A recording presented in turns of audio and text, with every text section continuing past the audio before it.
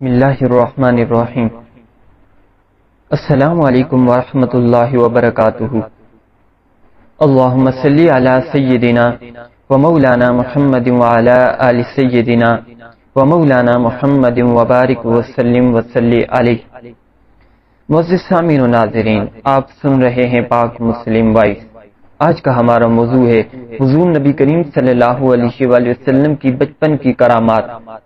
آج کی ویڈیو میں ہم جانیں گے حضور نبی کریم صلی اللہ علیہ وآلہ وسلم نے بچپن کیسے گزارا اور بچپن میں حضور نبی کریم صلی اللہ علیہ وآلہ وسلم سے کون سی کرامات کا ظہور ہوا۔ اگر آپ ہمارے چینل پر نئے ہیں، مزید اسلامی واقعات سننے کے لیے ہمارے چینل کو سبسکرائب کر لیں۔ پیارے آقا حضور نبی کریم صلی اللہ علیہ وآلہ وسلم کی عمر شریف 8 برس کی تھی کہ آپ کے دادا جان حضرت عبد المطلب رضی اللہ عنہ 110 یا 140 سال کی عمر پا کر انتقال فرما گئے۔ حضرت عبد المطلب رضی اللہ عنہ کی وصیت کے مطابق حضور نبی کریم صلی اللہ علیہ وآلہ وسلم اپنے چچا ابو طالب کی کفالت میں رہے، اور ابو طالب آپ صلی اللہ علیہ وآلہ وسلم کو دل و جان سے چاہتے تھے اور اپنی اولاد سے زیادہ آپ کو عزیز رکھتے تھے، اپنے پاس سلاتے اور ہر وقت اپنے ساتھ رکھتے تھے۔ ابو طالب تنگ دست تھے، مالی حالت بہت کمزور تھی۔ ابو طالب اور ان کے گھر والے حضور نبی کریم صلی اللہ علیہ وآلہ وسلم کے بغیر کھانا نہیں کھاتے تھے۔ جب حضور نبی کریم صلی اللہ علیہ وآلہ وسلم کے بغیر کھانا کھاتے تو سب بھوکے رہتے، اور جب حضور نبی کریم صلی اللہ علیہ وآلہ وسلم کے ساتھ مل کر کھاتے تو سب خوب سیر ہو کر کھاتے، پھر بھی کھانا بچ جاتا۔ یہ حضور نبی کریم صلی اللہ علیہ وآلہ وسلم کی بچپن کی کرامات تھی۔ ابو طالب دودھ کا پیالہ سب سے پہلے حضور نبی کریم صلی اللہ علیہ وآلہ وسلم کو پیش کرتے، حضور کے پینے کے بعد پھر وہی پیالہ تمام گھر والے پیتے اور سب کے سب سیراب ہو جاتے، جبکہ وہ پیالہ صرف ایک آدمی کے لیے ہوتا تھا۔ حضور نبی کریم صلی اللہ علیہ وآلہ وسلم کے بچپن میں بھی ابھی آپ کی عمر شریف 8 برس کی تھی جب مکہ میں قحط پڑا۔ تمام قریش ابو طالب کے پاس آئے اور بارش طلب کی۔ ابو طالب حضور نبی کریم صلی اللہ علیہ وآلہ وسلم کو لے کر کعبہ شریف میں آئے۔